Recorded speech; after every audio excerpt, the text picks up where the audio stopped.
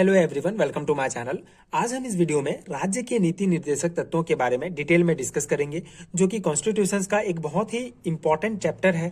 यहाँ से कई कंपटीशन एग्जामिनेशंस में डायरेक्ट क्वेश्चंस पूछे जाते हैं। सो इस पर्टिकुलर वीडियो में हम राज्य के नीति निर्देशक तत्व क्या होते हैं, इनका बेसिक कॉन्सेप्ट, इसके जितने भी अनुच्छेद हैं, उनमें जितने भी प्रावधान रखे गए हैं, सभी को एक एक करके डिटेल में डिस्कस करेंगे। साथ ही साथ किस प्रकार के क्वेश्चन कॉम्पिटिशन एग्जामिनेशंस में पूछे जाते हैं, उसको भी डिस्कस करेंगे। सो राज्य के नीति निर्देशक तत्व जिसको शॉर्ट फॉर्म में डीपीएसपी भी कहा जाता है। So DPSP full form directive principle of state policy. Okay, so ये जो है इस शॉर्ट फॉर्म नाम में भी कभी कभी पूछा जाता है, what is DPSP. So DPSP is a directive principle of state policy, राज्य के नीति निर्देशक तत्व। सो राज्य के नीति निर्देशक तत्व के जो प्रावधान है, इसको समझने से पहले राज्य के नीति निर्देशक तत्व होते क्या है, इसको समझ लेते हैं। सो राज्य के नीति निर्देशक तत्व क्या है, जैसे हमने जब संविधान सभा पढ़ा था, सो संविधान सभा में जब संविधान का निर्माण किया जा रहा था, तो उस समय आपको याद होगा कि एक सलाहकार समिति का गठन किया गया था। एंड सलाहकार समिति के जो अध्यक्ष थे, ये बी.एन. राव थे। ठीक है, सलाहकार समिति के अध्यक्ष बी.एन. राव थे। सो बी.एन. राव ने एक सलाह दिया कि जो भारतीय संविधान में दो प्रकार के मौलिक अधिकार रखे जाने चाहिए। एक ऐसा मौलिक अधिकार जो डायरेक्ट सभी जो है जनता को मिला हो, मतलब सबसे उनको जितने भी जो नागरिक हैं भारत के, उनको मौलिक अधिकार हम एक बार में सभी मौलिक अधिकार उनको दे दें। एंड एक ऐसे प्रकार के भी मौलिक अधिकार होने चाहिए जिनको जो है थोड़ी थोड़ी देर बाद या कुछ दिनों बाद जो है उनको प्रोवाइड किया जाए। ठीक है, दो प्रकार के मौलिक अधिकार होने चाहिए, ये बी.एन. राव ने बताया। एक ऐसा मौलिक अधिकार जो उनको एक बार में दे दिया जाए, एंड कुछ ऐसे मौलिक अधिकार जिनको जो है कुछ दिनों बाद या कुछ कुछ देर में दिया जाए। तो इस प्रकार से इन्होंने सलाह दिया, तो इनकी सलाह को माना गया। दो प्रकार के मौलिक अधिकार बनाए गए, लेकिन उसको भारतीय संविधान में मौलिक अधिकार एक एवं मौलिक अधिकार दो के रूप में नहीं बनाया गया। जो मौलिक अधिकार थे, जो प्रथम पार्ट था, जो सभी नागरिक को जो है पहली बार में ही प्राप्त हो गया, वो थे मौलिक अधिकार, जिनको भाग 3 में वर्णन किया गया है। ठीक है, लेकिन जो सेकंड मौलिक अधिकार है, जो है राज्यों के पास जो अधिकार है कि ये जो अधिकार हैं, ये सभी जो अधिकार हैं, ये अपनी सुविधा के अनुसार राज्य किसी भी नागरिक को दे सकता है, तो उनको राज्य के नीति निर्देशक तत्व के रूप में भारतीय संविधान में शामिल किया गया। ठीक है, तो ये बेसिक कॉन्सेप्ट है। राज्य के नीति निर्देशक तत्वों का भी महत्व जो है मौलिक अधिकार के समान ही है। राज्य के नीति निर्देशक तत्व मतलब एक सेकंड टाइप का ही मौलिक अधिकार है, लेकिन इसमें एक डिफरेंस है कि जो मौलिक अधिकार है वो हमको सभी को डायरेक्ट रूप से प्राप्त है, लेकिन जो राज्य के नीति निर्देशक तत्व हैं, ये राज्यों के पास जो है ये एक प्रकार का अधिकार है कि ये जो है अपनी जनता को अपनी सुविधा के अनुसार इस राज्य के नीति निर्देशक तत्व 36 से 51 अनुच्छेद में जितने प्रावधान है, हर राज्य अपनी सुविधा के अनुसार अपने नागरिक को ये प्रोवाइड कर सकता है, ये दे सकता है। ठीक है, तो ये इस प्रकार के जो मौलिक अधिकारों को नीति निर्देशक तत्व के अंतर्गत रखा गया है। अब हम एक एक अनुच्छेद को डिस्कस करेंगे तो आपको और डिटेल में समझ में आएगा। सो इसके कुछ बेसिक पॉइंट्स, राज्य के नीति निर्देशक तत्व भाग 4, संविधान के भाग 4 में इसका वर्णन है, अनुच्छेद 36 से 51 के बीच में। ठीक है, इसके अलावा ये जो राज्य के नीति निर्देशक तत्व हैं, ये आयरलैंड के संविधान से लिया गया है। जब हमने संविधान के स्रोत पढ़ा था, तो वहां पे देखा था कि कई जो जब भारतीय संविधान का निर्माण किया जा रहा था, तो कई देशों के, सभी देशों के, मतलब जो बड़े देश थे, सभी देशों के संविधान को पढ़ा गया, वहां से कुछ महत्वपूर्ण प्रावधान को लिया गया और भारतीय संविधान में जोड़ा गया। तो इस प्रकार से पूरे विश्व का सबसे बड़ा लिखित संविधान जो है बनकर तैयार हुआ। तो इस प्रकार से आयरलैंड के संविधान से राज्य के नीति निर्देशक तत्वों को लिया गया है। तो ये छोटे छोटे पॉइंट्स याद रखना बहुत इंपॉर्टेंट है, डायरेक्ट क्वेश्चन यहाँ से पूछे जा सकते हैं। सो राज्य के नीति निर्देशक तत्व आयरलैंड से लिया गया है, भाग 4 में इसका वर्णन है, अनुच्छेद 36 से 51 के बीच। और ये जो 36 से 51 के बीच जितने भी प्रावधान हैं, ये जो है विचारधारा जो है गांधीवादी, समाजवादी एवं उदारवादी विचारधारा को फॉलो करते हैं। मतलब गांधीवादी विचारधारा के अनुसार ही ये सभी समाजवादी, उदारवादी विचारधारा के अंतर्गत ही ये सभी अनुच्छेद के प्रावधान है। ठीक है, अब इसका मुख्य उद्देश्य क्या है? राज्य के नीति निर्देशक तत्वों का उद्देश्य है कि लोक कल्याणकारी राज्य की स्थापना। मतलब जितने मौलिक अधिकार दिए जा रहे थे भाग 3 में, वो काफी नहीं थे लोक कल्याणकारी राज्य की स्थापना करने के लिए। ये सभी अधिकार भी बहुत ही महत्वपूर्ण थे किसी भी राज्य को लोक कल्याणकारी राज्य बनाने के लिए। सो उसके लोक कल्याणकारी राज्य की स्थापना के लिए ये सभी अधिकार दिए गए।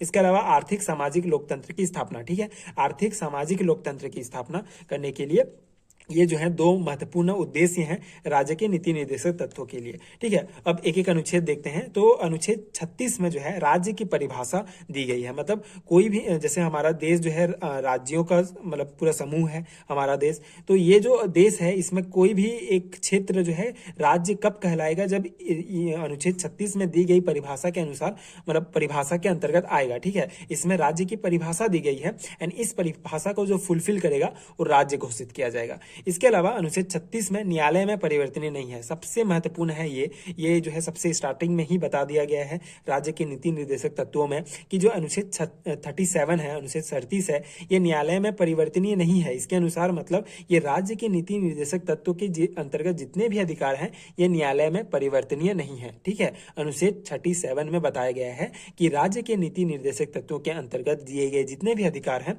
ये न्यायालय में परिवर्तनीय नहीं है। अर्थात मौलिक जो अधिकार हैं जो हमको प्राप्त हुआ है उसको अगर कोई राज्य सरकार या केंद्र सरकार हमको देने से मना कर रहा है, जैसे स्वतंत्रता का अधिकार, शोषण के विरुद्ध लड़ने का अधिकार, शिक्षा का अधिकार, ये सब अगर हमको देने में कोई मना कर रहा है तो हम डायरेक्ट सुप्रीम कोर्ट में जाके जो है याचिका दायर कर सकते हैं। लेकिन अगर राज्य के नीति निर्देशक तत्वों के अंतर्गत जितने भी जो है जो प्रावधान रखे गए हैं, जैसे ग्राम पंचायत का संगठन, कुछ दशाओं में काम पाने का अधिकार, कार्य न्याय संगत, मानवीय दशा, ये निर्वाह मजदूरी, ये सब जो अधिकार दिए गए हैं, अगर इसको जो राज्य है अपनी क्षमता के अनुसार अगर नागरिकों को दे रहा है तो अच्छी बात है, लेकिन अगर नहीं दे रहा है तो भी हम कुछ नहीं कर सकते, क्योंकि अनुच्छेद 37 में सीधा बता दिया गया है कि राज्य के नीति निर्देशक तत्व न्यायालय में परिवर्तनीय नहीं होंगे। ठीक है, तो आई होप आपको ये समझ में आ गया होगा।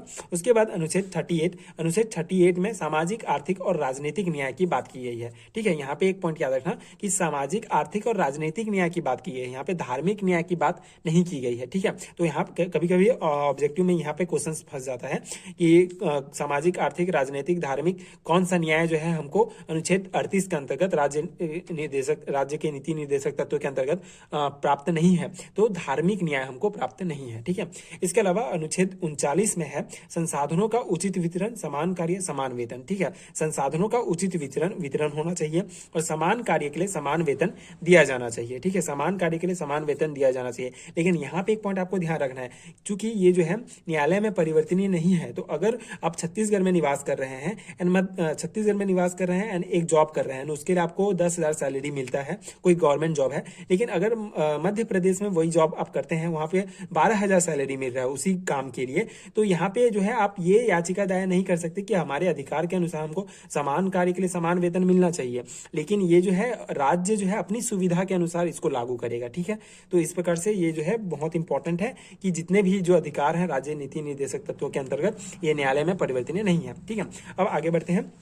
अनुच्छेद 39A के अंतर्गत समान अवसर के आधार पर न्याय देना, अर्थात यहाँ पे आरक्षण की व्यवस्था किया गया है, समान अवसर के आधार पर सभी को न्याय देना। तो ये आरक्षण ST SC OBC के जो आरक्षण दिए गए हैं ये इसी 39A के अंतर्गत दिए गए हैं। ये 42वें संविधान संशोधन 1976 में जोड़ा गया था 39A, जहां पर आपको ये जो अनुच्छेदों में ये जो दिखेंगे, यहाँ पे आपको समझ जाना है कि ये किसी भी संविधान संशोधन के आधार पर ही इसको जोड़ा गया है। तो ये 39A जो है 42वें संविधान संशोधन 1976 में जोड़ा गया। उसके बाद अनुच्छेद 40 है ग्राम पंचायत का गठन, कि हर राज्य ग्राम पंचायत का गठन करेगा। ये तो अनिवार्य नहीं है, लेकिन सभी राज्य प्रायः जो है ग्राम पंचायत का गठन करते हैं अनुच्छेद 40 के अनुसार। उसके बाद अनुच्छेद 41 में कुछ दशाओं में काम पाने का अधिकार, जैसे कि अगर कोई व्यक्ति बहुत ज्यादा बूढ़ा है, विकलांग है, शिक्षा है, तो उसको जो है राज्य सरकार अपनी सुविधा के अनुसार काम दे सकता है। जरूरी नहीं है क्योंकि न्यायालय में परिवर्तनीय नहीं है, लेकिन ये जो है अधिकार दिए गए हैं कि कुछ भी इन दशाओं में आपको काम पाने का अधिकार है। इसके अलावा अनुच्छेद 42 में कार्य न्याय संगत, मानवीय दशा, काम पाना ही नहीं बल्कि न्याय संगत भी होना चाहिए, काम मानवीय दशा भी होना चाहिए। वहां पे जो आपको कार्य करने का जो जगह है वहां पे मानवीय दशा होना चाहिए, अच्छा वातावरण होना चाहिए। इसके अलावा अनुच्छेद 43 में निर्वाह मजदूरी, कुटीर उद्योग, अगर सरकार आपको काम नहीं दे पा रहा है तो भी निर्वाह मजदूरी, कम से कम आपकी जीवन बसर हो जाए उतना मजदूरी आपको देगा। कुटीर उद्योग को बढ़ावा दे सकता है इन सब की पूर्ति करने के लिए। और ये अनुच्छेद 42 में जो प्रसूति सहायता होती है गवर्नमेंट सेक्टर्स में जो दिया जाता है वो उसका वर्णन भी यहाँ पे किया गया है। इसके अलावा अनुच्छेद 44 में समान नागरिक संहिता का वर्णन किया गया है। अनुच्छेद 45 में क्या है, 6 वर्ष से कम आयु के लिए शिक्षा, ये अनिवार्य शिक्षा, ठीक है। तो यहाँ पे एक पॉइंट आपको ध्यान रखना है कि अनुच्छेद 45 में 6 वर्ष से कम आयु के लिए शिक्षा है, लेकिन यहाँ जो है 86वें संविधान संशोधन 2002 से पहले 6 से 14 वर्ष की आयु के बच्चों के लिए अनिवार्य शिक्षा था, लेकिन 86वें संविधान संशोधन में यहाँ पे जो अनुच्छेद 45 में था उसको अनुच्छेद 21A में जो है शिफ्ट कर दिया गया और वहां पे जो है 6 से 14 वर्ष के लिए अनिवार्य शिक्षा लागू किया गया। मतलब उसको जो है हमको मौलिक अधिकार में प्राप्त हो गया। जो 6 से 14 वर्ष के लिए है, ये पहले नीति निर्देशक तत्व में शामिल था। 6 से 14 वर्ष के लिए अनिवार्य शिक्षा, अर्थात राज्य अपनी मतलब राज्य जो है अपनी सुविधा के अनुसार 6वीं से 12वीं जो 6 वर्ष से 14 वर्ष की आयु के बच्चों को जो है शिक्षा दे सकता था, लेकिन उसको अनिवार्य कर दिया गया, मौलिक अधिकार में जोड़ दिया गया। और यहाँ पे जब खाली हुआ तो यहाँ पे 6 वर्ष से कम आयु के लिए अनिवार्य शिक्षा को यहाँ पे जोड़ दिया गया है। इसके अलावा अनुच्छेद 46 में बताया गया है कि अनुसूचित जाति जनजाति में शिक्षा, आर्थिक हित, सामाजिक न्याय करने का प्रबंध है। मतलब अनुसूचित जाति जनजाति का जो प्रबंधन है, मतलब उनको आर्थिक हित, सामाजिक न्याय प्रोवाइड किया जाए। उसके अलावा अनुच्छेद 47 में मद्य निषेध, पोषाहार, स्वास्थ्य का प्रबंधन, मद्य निषेध अर्थात जो शराब है इसको बैन करने का जो है अधिकार है। पोषाहार, सभी को पोषक आहार प्रदान करना, स्वास्थ्य का प्रबंधन करना, मतलब हॉस्पिटल वगैरह खोलना।